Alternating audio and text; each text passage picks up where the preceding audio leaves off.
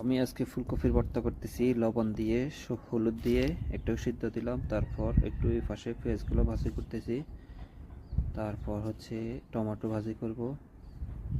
ভাজি করার পরে ওই ফুলকপিটারে একটু ভেঙে আবার একটু পানিগুলো শুকাইতে দিলাম, একটু হালকা তেলের উপরে লাড়াই সাড়াই নিলাম। তারপর হচ্ছে আগে আমি মরিচ এরপরে সবগুলো রেডি করে রাখছিলাম, এখন শুকনো মরিচগুলো ভাঙতেছি। এরপরে টমেটো, শুকনো মরিচ, পেঁয়াজ সবগুলা মিক্স করতেছি। মিক্স করে একটু ধনিয়া পাতা দিয়ে দিলাম, এরপরে সব মাখিয়ে নিতেছি। তারপর সব শেষে দেখুন আমার ফুলকপির ভর্তা ফাইনালি রেডি। এটা খেতে কেমন হবে একটু বলেন তো? সেই হচ্ছে, আমার কাছে অনেক মজা লেগেছে, যারা খেয়েছে সবাই মজা পেয়েছে।